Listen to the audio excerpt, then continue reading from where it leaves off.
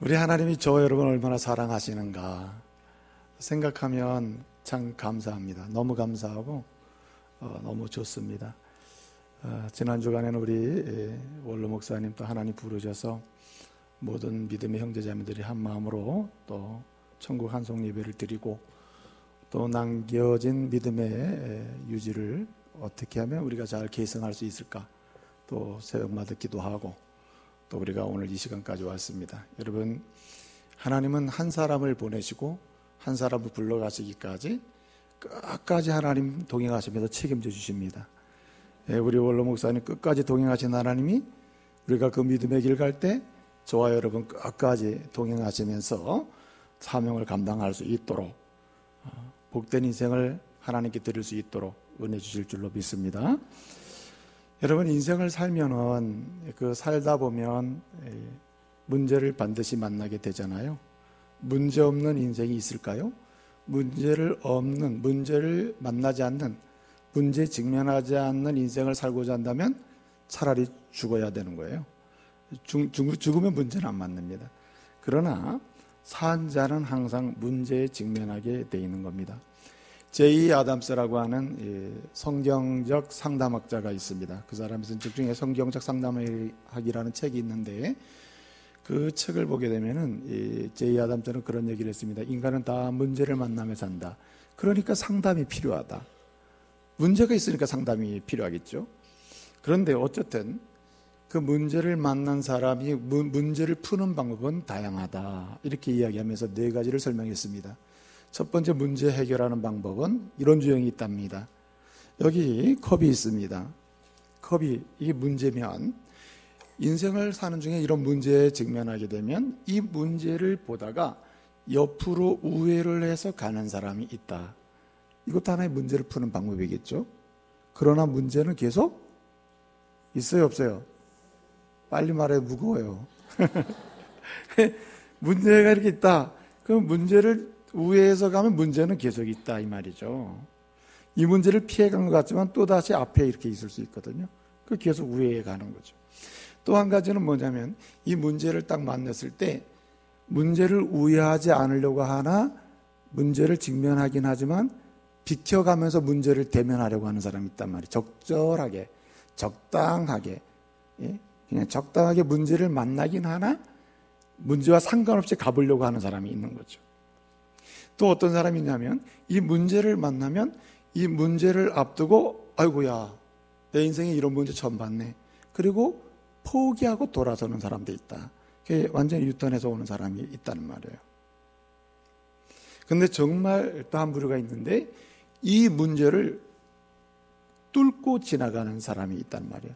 문제를 쪼개고 가는 사람, 뚜껑을 열어버리고 여기 뭐가 있는지, 이게 어떤 문제, 진짜 이 문제가 나랑 어떤 연관이 있는지, 마셔도 되는지, 뭐 이런 식으로 열어 제치고 가는 사람이 있다, 이 말이에요.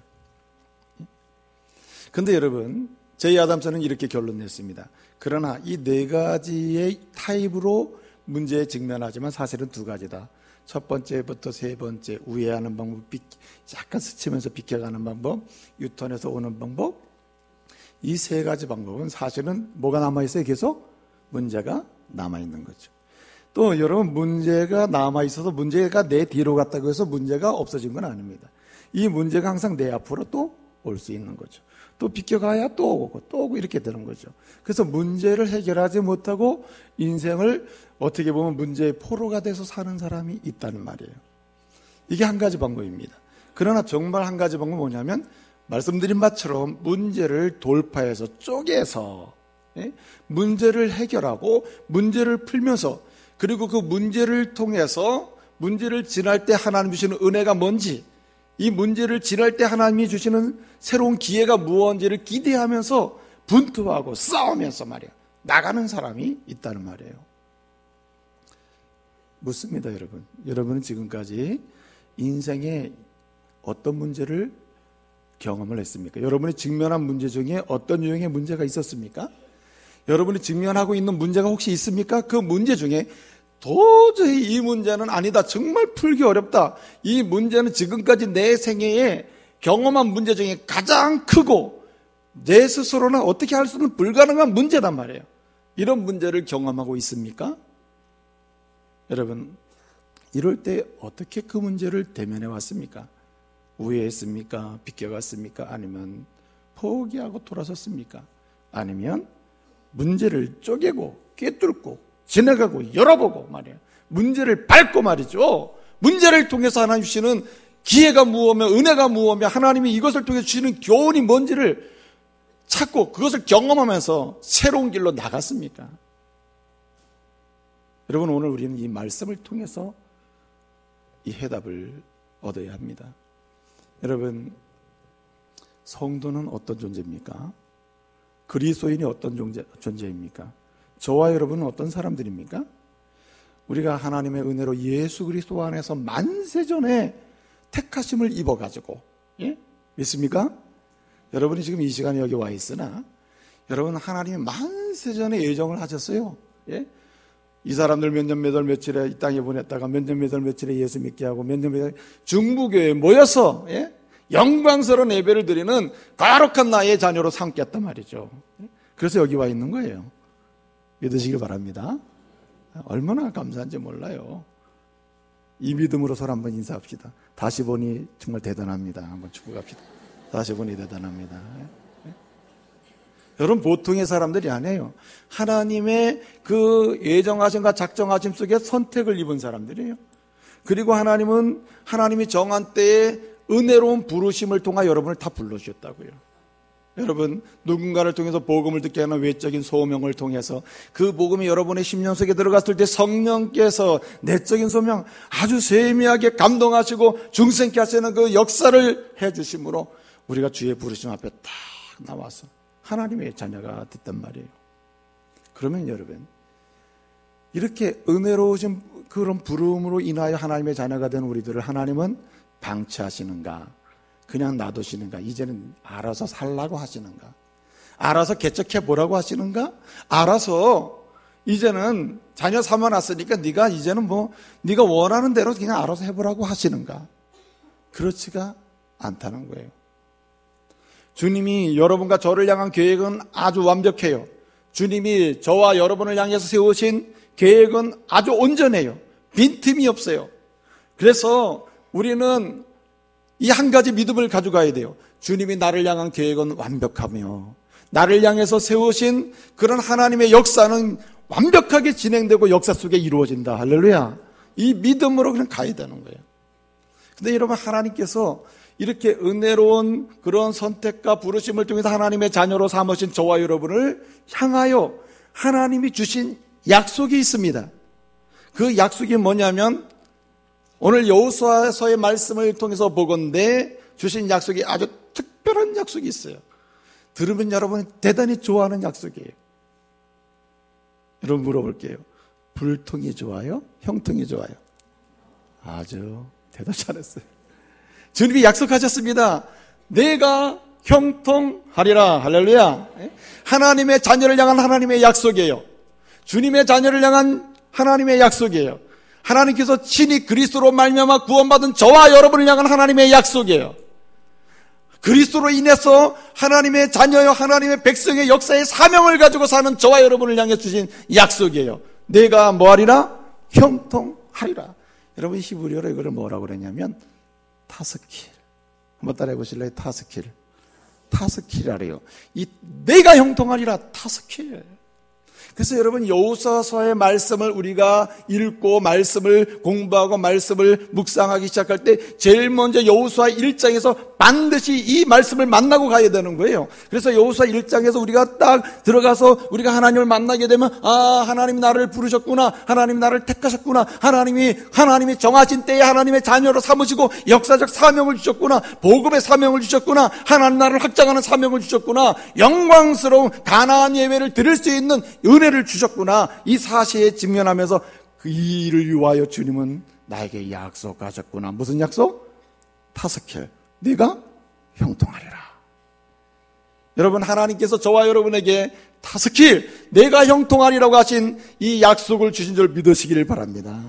이 약속을 붙들고 우리는 가야 하는 거예요. 그래서 여러분, 우리의 삶의 환경이 너무나 빈곤하고 내 눈에 보이는 상황은 너무나 연약하고, 그리고 우리를 둘러싸고 있는 우리의 눈에 보이는 가시적인 현상은 마치 우리를 엄습해 올 만한 정말 고난과 역경과 굉장히 힘든 상황에 이런 여건에 있을지라도 우리는 확신하고 믿음으로 가야 돼요. 하나님은 나를 부르신 이상, 하나님은 나를 자녀 삼으신 이상, 하나님은 나를 하나님의 백성으로 제자로 삼으시고 역사 속에서 사명을 감당하도록 부르신 이상 내 인생을 주님이 뭐하게 하신다? 형통케 하신다. 그 약속의 말씀 믿고 가는 거예요. 옆 사람을 향해서 한번 여러분, 타스킬 해봐요. 타스킬. 네? 여러분, 오늘 집에 가시면서 다 잊어버려도 이거는 잊지 마세요. 타스킬은 잊지 마세요. 이 발음은 기분 나쁜 발음처럼 보여도 이건 진짜 축복이에요. 타스킬, 내가 형통하리라. 근데 그래서 이 약속의 말씀을 딱 받아줄 때 여호수아나 이스라엘 백성들이 굉장히 용기가 있어요. 그리고 아주 힘이 넘쳐요. 그리고 뭔가 희망이 넘쳐요. 이제는 뭔가 될 수 있겠구나. 주님이 우리를 선택하시고 부르시고 하나님의 자녀 삼으셔서 사명을 주시되 이 일을 감당할 수 있도록 내가 형통하리라는 약속까지 주셨으니 이젠 두려울 것이 없다, 염려할 것이 없다, 이제는 우리는 할 수 있겠구나 하고 전진할 수 있다 이 말이에요. 그런데 여러분, 이렇다고 해서 문제가 없습니까? 문제가 있다는 거예요.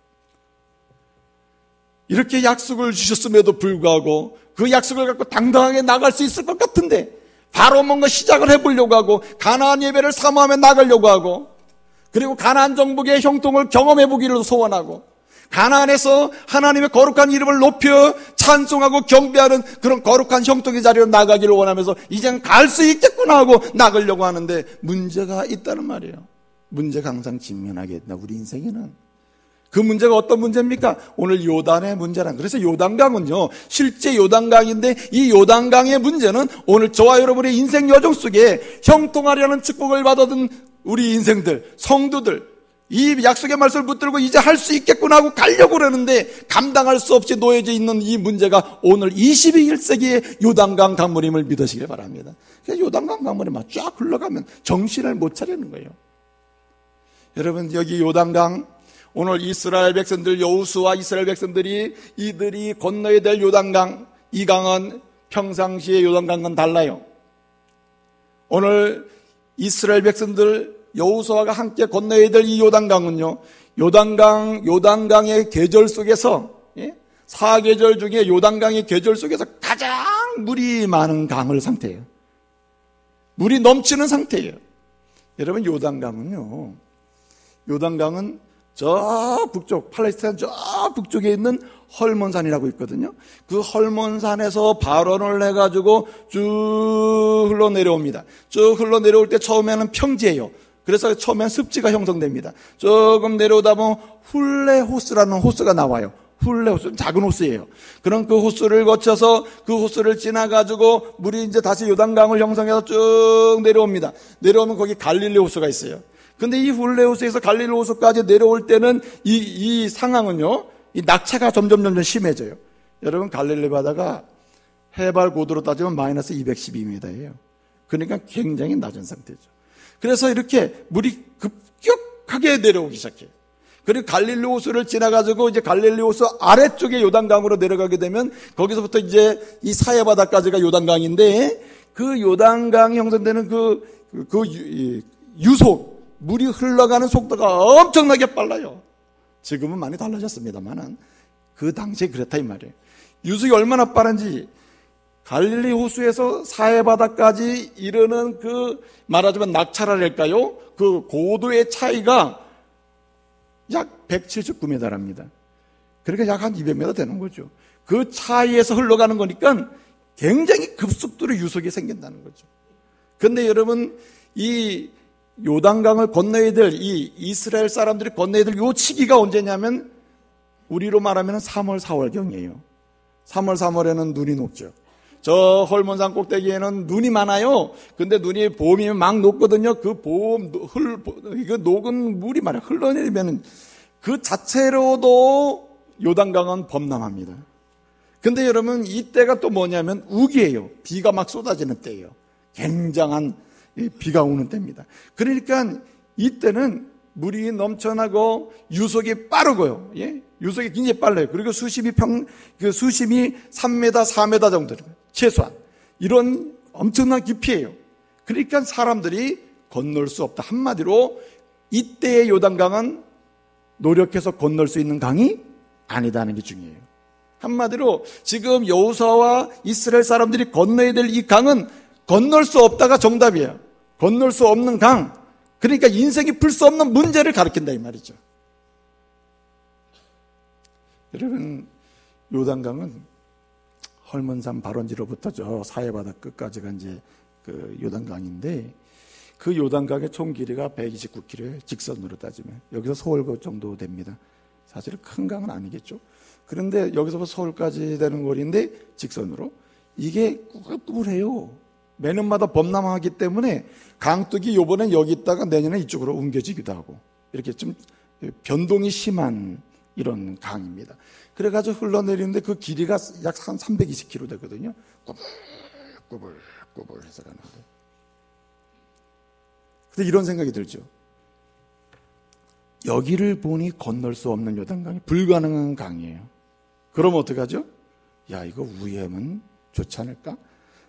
건널 수 있는 곳은 어디 있을까? 요단강 중에 건널 수 있는 곳은 어디 있을까? 찾아보고 싶은 마음도 있겠죠? 그리고 또, 이거 안 되겠다. 포기할 수도 있겠죠? 아니면은 뭔가 방법이 없을까? 여러 가지 배를 만든다든가 어떻게 도저히 불가능하지만 방법을 찾아봐서 뭘 해볼까? 인간의 방법을 찾아볼까? 이런 노력도 할 수 있겠죠. 그런데 여러분, 오늘 이스라엘 사람들 여호수아는 그러지 않았다는 거예요. 분명 가서 뭐죠? 하나님 말씀을 따라서 요단에 이르거든, 요단에 도착하거든, 요단에 뭐하라? 들어서라. 오늘 본문 제목이죠. 말씀 제목이잖아요. 요단에 들어서라. 무슨 얘기입니까? 비켜가지도 말고 위하지도 말고 포기하지도 말고 그 물속을 어떻게 해요? 들어가라. 아무리 인간이 볼 때 불가능한 문제라 하더라도, 사람이 풀 수 없는 문제라 하더라도 그 문제 속으로 들어가면은 길이 열린다는 거예요. 길이. 뇌가 형통하려는 타스킬의 은총을 받은 사람에게는 반드시 길이 열린다는 거예요.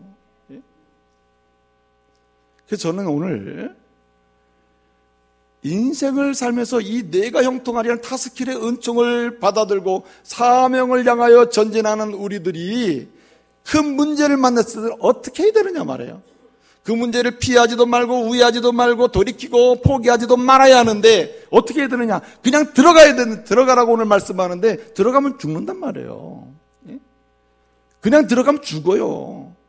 근데 요단에 들어서라고 하는 건 분명한 명령이에요. 그러면 길이 열린다는 것인데 어떻게 하냐 말이에요.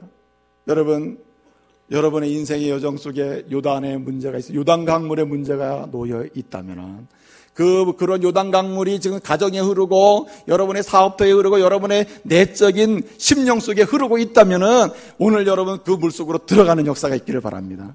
그 물속에 들어가면 죽어요. 근데 어떻게 들어가냐면 죽지 않도록 들어가는 방법이 있어요. 그게 뭔가 오늘 말씀해 보니까 언약궤를 맨 제사장들이 3절을 보면은 제사장들이 언약궤를 매는 것을 보거든 그 다음에 그 뒤를 따라가라 말씀하셨어요. 여러분, 언약궤란 잘 알다시피 언약궤 뭐가 들어있어요? 언약궤는 십계명에 돌판 2돌판이 들어있고 아론의 쌍난 지팡이가 들어있고 이제 만나 항아리가 들어있지 않습니까? 근데 여러분, 이 언약궤는 무엇을 상징하냐면 예수 그리스도를 상징합니다. 할렐루야. 그러므로 한마디로 뭐냐? 요단 강물이 놓여 있을 때 당신은 요단 강물을 쳐다보지도 말고 요단 강물 바라보면서 근심하지도 말고 염려하지도 말고 그런 문제 속에 문제를 보면서 근심하지 말고 그 문제를 있게 하신 분, 문제를 다스리는 분, 문제를 깨트릴 만한 능력과 권세가 있는 분 예수 그리스도를 바라보고 그분을 의지하고 그들을 믿고 그분을 따라가란 말이에요. 할렐루야. 그럴 때 여러분 깨져요. 여러분, 히브리서 6장 19절 20절을 보게 되면 우리 예수님이 어떤 분이신가 히브리서 기자는 설명하고 있어요. 우리 예수님은 대제사장으로서 우리의 죄짐을 지고 우리의 모든 짐을 지고 사망의 그늘 속으로 들어가서 부활하심으로 어떻게 해요? 길을 내신 분이다. 할렐루야. 사망의 강물이 흘러갈 때 사망의 강물을 딱 끊어내신 분이 주님이시라 이거예요. 죽음의 강물이 흘러가는 곳에 예수님이 들어가셔서 죽음의 강물을 멈추게 하시고 생명의 길을 내신 분이 예수 그리스도라. 그래서 예수님을 가르쳐 뭐라 합니까? 영혼의 닻이라 했어요. 영혼의 닻. 사람들이 진실로 따라가고 바라보면 절대로 손해보지 않고 오히려 생명을 얻고 능력을 경험하고 하나님의 권세를 경험하는 그분이 누구냐? 예수 그리스도라. 여러분, 범사에 예수 그리스도를 인정하시길 바랍니다. 잠언 기자는 외치고 있어요. 범사에 그를 인정하라. 그리하면 그 길을 어떻게 해요? 지도하시리라 하잖아요. 잠언 3장 6절에. 그래서 여러분, 예수 그리스도를 구주로 인정하고 전능자로 인정하며 내 인생의 유일한 구원자로 인정하며 그분을 바라보고 따라가며 그분을 의지하고 바라볼 때 여러분, 물로 들어가시려나 못 가. 이게 아니라 예수님만 바라보고 가면 그곳이 사망의 음침한 골짜기라도 해를 두려움하지 아니하고 갈 수 있어요. 그래서 여러분, 시편 23편 4절을 뭐라 그랬습니까? 내가 사망의 음침한 골짜기로 다닐지라도 해를 두려워하지 않을 것은 주께서 어떻게 해요? 나와 함께 하심이라. 주의 지팡이와 막대기 나를 안위하신다. 여러분, 주님 따라가면은 주님이 사망의 음침한 골짜기로 떠나가도 사망이 나를 엄습하는 것이 아니라 생명의 길이 놓여지고 생명의 역사가 내 인생을 지배하게 될 줄로 믿으시길 바랍니다. 그래서 권능이 있는 거예요. 여러분, 우리 주님이 어떤 분이십니까? 우리 주님은 문제 속에 우리를 디밀어 놓고 네가 길을 내봐라 하시는 분이 아니에요. 주님은 나를 따라와라, 나를 따라오는 것은 내가 이미 앞서가면서 길을 내놓으라. 예? 길을 만들어 놓나? 예? 평탄하게 해놓는단 말이에요. 마른 땅을 만들어 놓는단 말이죠. 오늘 여기 언약궤가 간 곳에 뭐가 생깁니까? 마른 땅이 생기고 마른 땅으로 백성들이 가게 하는 것 아니겠어요? 절대로 우리 발 적셔주지 않아요. 여러분, 문제의 포로가 될까 염려하지 마시라고요. 그래서 여러분, 출애굽기 23장 20절을 보게 되면 우리 하나님께서 이스라엘 백성들에게 약속하셔요. 걱정하지 말아라. 너희는 나만 따라오너라. 나만 바라보거라. 나만 의지해라. 나만 믿어라. 나를 믿고 따라오면 너희는 내가 지나간 곳에 뭐가 있어요? 내가 예비한 곳에 너희가 뭐예요? 이르게 하리라. 출애굽기 23장 20절. 내가 예비한 것에 너희로 하여금 반드시 도달하게 하리라. 여러분, 우리 주님 기가 막히셨습니까? 주님 못 보십니까? 우리 주님 그런 분 아니에요. 우리 주님을 향하여 우리가 바라보고 전능자 주님을 바라보고 구속주 주님을 바라보고 그 주님의 이름을 부르면서 믿고 나갈 때 그분은 이미 우리의 모든 기도의 제목을 다 알고 계셔요. 그래서 뭐 하고 계셔요? 이미 준비하고 계셔요. 예비하고 계신단 말이에요. 그러니까 여러분, 겁먹을 게 없다는 거죠.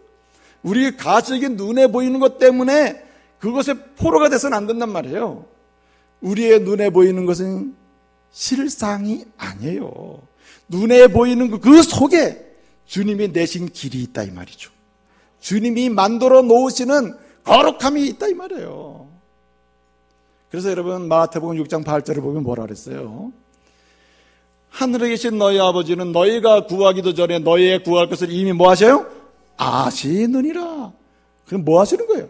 우리 주님이 가신 곳은 주님이 우리의 필요를 다 알고 계세요. 그리고 딱 준비해 놓고 계세요. 그러므로 주님만 바라보며 따라가면은 거기에 주님의 예비하신 것들 때를 따라 공급받는 역사. 그래서 문제의 포로가 아니라 문제를 깨트리는 능력을 경험하게 된다 이 말이죠. 피곤하시면 좀 주무셔야지 뭐 어떡하겠어요.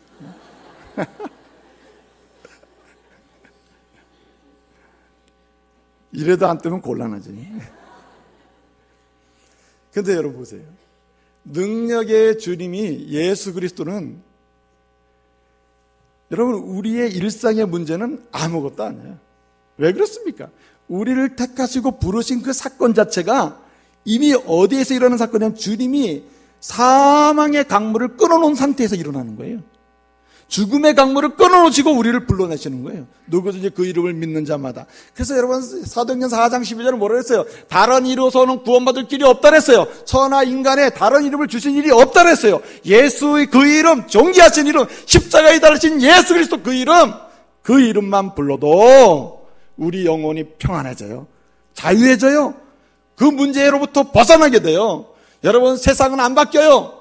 여러분, 세상이 정의로운 사회, 공의로운 사회 된다고 아무리 외쳐도 여러분 몇 번의 정권이 바뀌어도 더 좋아집니까? 문제는 항상 있는 법. 그러나 여러분 보세요. 이 문제 속에서 살아가는 우리가 어떤 고백과 신앙의 역사를 경험해서 살아야 되냐 말이에요. 우리 주님이 세계 속에서 제자의 사명을 감당할 수 있도록 나를 형통케 하신다고 하셨어. 5개의 은총을 주셨어. 그러니 나는 오늘도 나에게 그런 은혜를 주신 예수 그리스도 그 이름 부르며 바라보며 믿으며 나가리라. 할렐루야. 그때 그 한 발걸음 한 발걸음이 어떻게 해요? 한 스텝에 놓여지는 곳마다 어떻게 해요? 쫙쫙 갈라지는 역사가 일어나는 거죠. 오늘 말씀 보게 되면 말이에요. 13절을 보게 되면 뭐라고 말씀하고 있습니까? 그 제사장들의 이 언약궤를 맨 발이 물에 딱 물을 뭐 한다 그랬어요, 거기? 밟으면 멈출 때 물이 쫙 갈라져가지고 한쪽으로 모인다고 하지 않았습니까? 그 말씀을 잘 새겨 들으세요. 물이 자기가 막 젖을 때 이게 아니에요. 그냥 밟을 때. 누구 바라보면서? 예수 그리스도 바라보면서.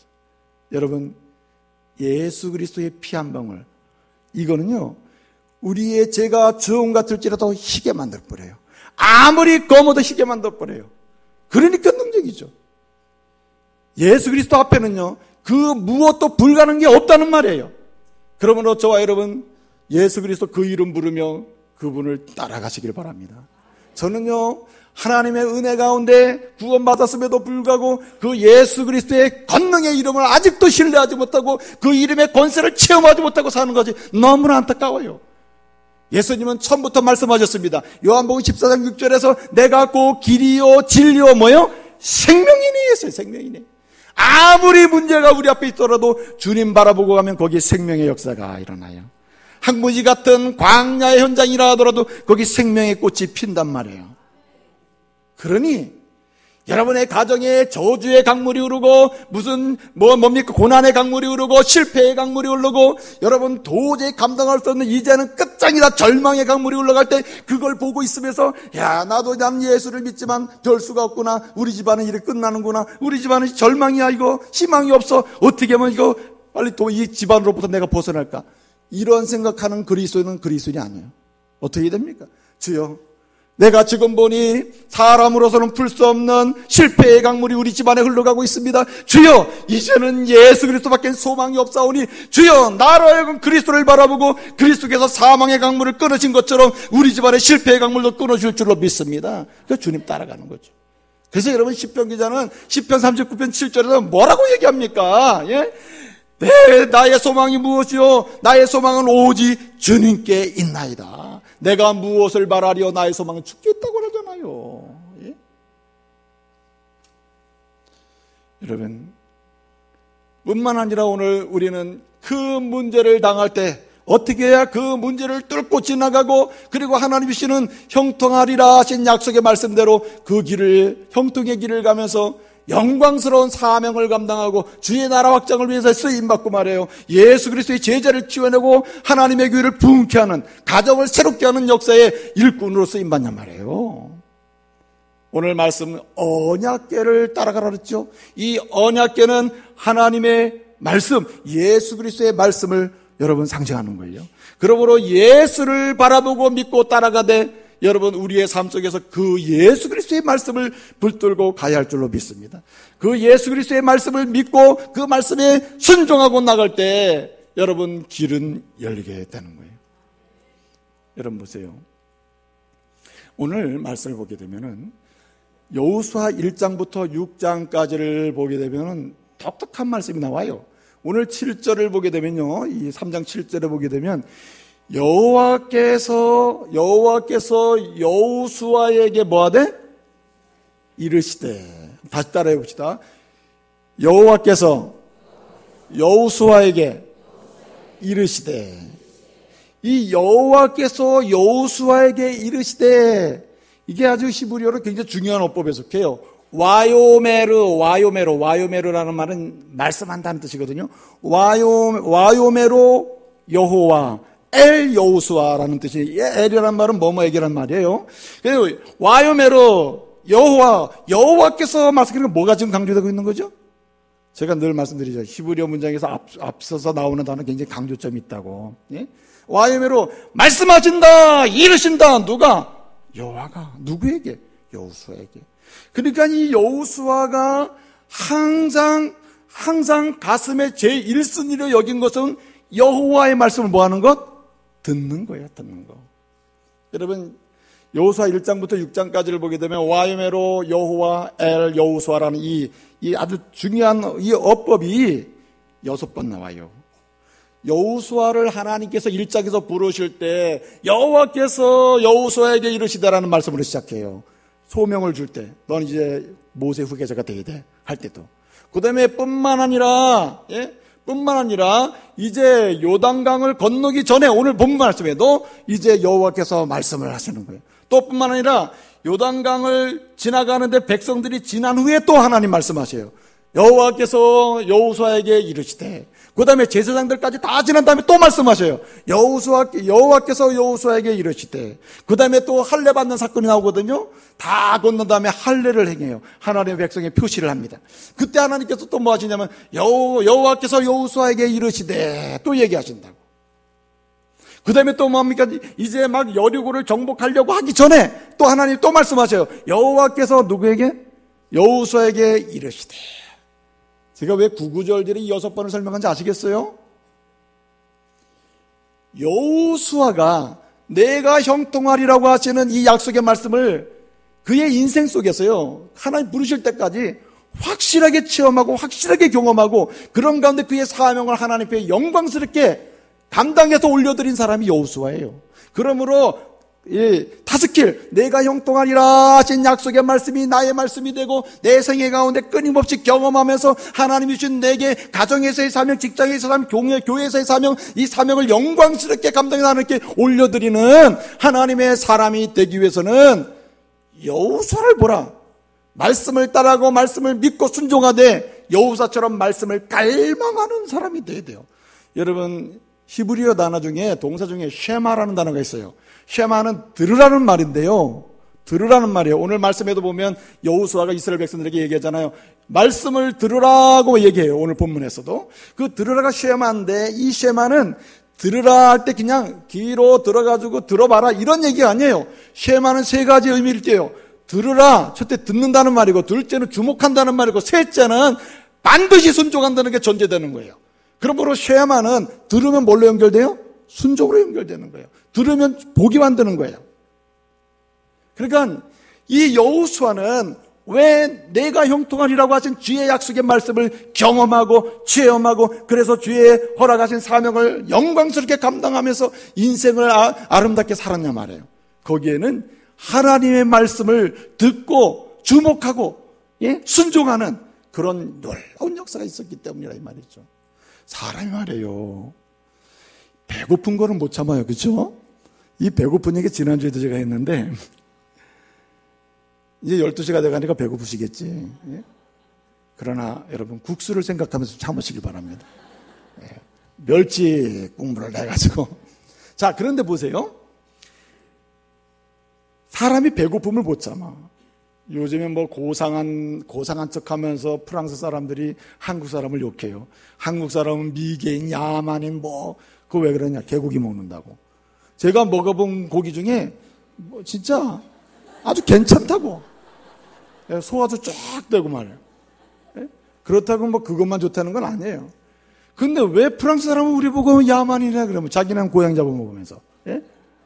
그런데 잘 들어보세요. 그런데 그렇게 고상한 척하고 무슨 우리 보고 야만이라고 하고 비난하는 그들조차도 1871년 파리 꼬메라고, 그 뭐냐면 말 혁명이거든요. 파리에서 너무 배고파가지고 문제가 생겼어요. 그래가지고 1871년 3월부터 5월까지 막 데모가 일어나고 난리가 났습니다. 한마디로 먹을 게 없다. 우리에게 먹을 거 달라. 파리 프랑스 사람 그렇게 고상한 척하고 우리한테 막 비난하고 야만이라 그러는 사람들이 너무너무 배고프니까 배고픔을 못 참아 사람이. 그러니까 뭘 잡아먹기 시작했느냐. 모르면 개라고 하세요. 개를 잡아먹기 시작했다니까, 개를. 그래서 그 당시에 가장 잘 팔린 책이 뭐냐면 개요리법. 그 당시 그 책이 있었어요. 기록에 나와 그게. 근데 여러분, 자, 배고픔도 못 참지만 정말 참을 수 없는 게 뭐냐면 목마름이요. 목마름을 못 참아요. 사람은요, 며칠 안 먹어도 참습니다. 그래서 여러분 뭐 일주일 금식, 15일 금식 다 하잖아요. 할 수 있죠. 하나님 은혜 주셔서 다 하잖아요.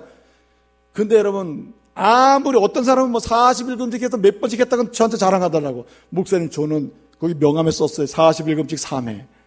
뭐 그래서 어떻다는 거예요, 그게. 예? 그래가지고 자랑을 하시는데, 자, 보세요. 그러면 그 사람이 40일 동안 꼬박 굶었느냐?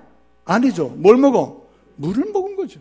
만약에 물을 하루 이틀만 못 먹으면요, 견딜 수가 없어요. 목마름은 견딜 수가 없다고. 예? 근데 여러분, 제가 정말 드리고 싶은 말은 뭐냐? 이 목마름은 참을 수 없고 견딜 수 없고 목마름 앞에는 아무도 감당이 안 돼. 근데 여러분, 인생을 살면서 하나님에서 모든 인생은 하나님을 알지 못하고 하나님께 가까이 가지 못하고 하나님의 은혜를 경험하지 못하면 영적인 목마름 때문에 막 발버둥을 치는 거예요.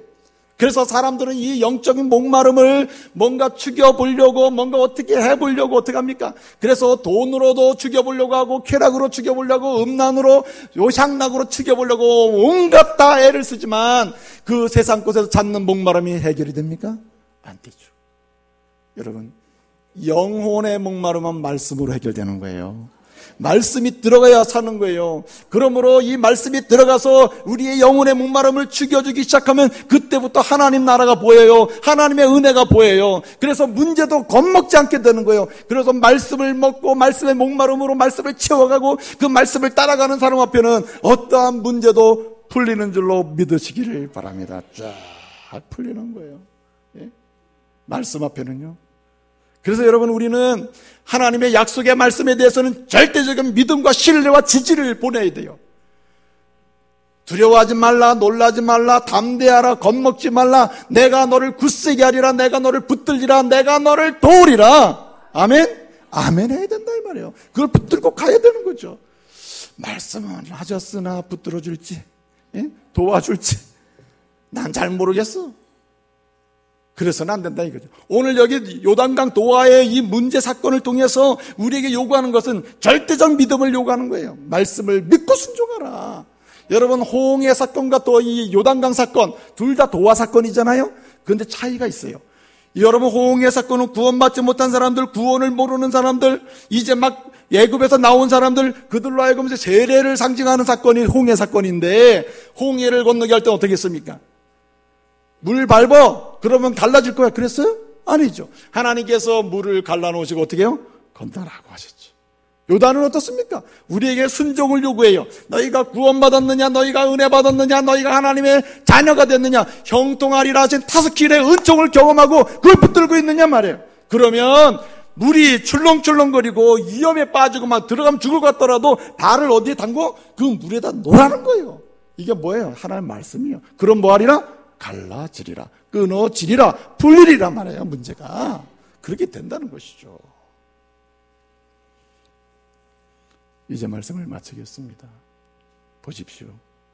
인생 앞에는 문제가 항상 있어요.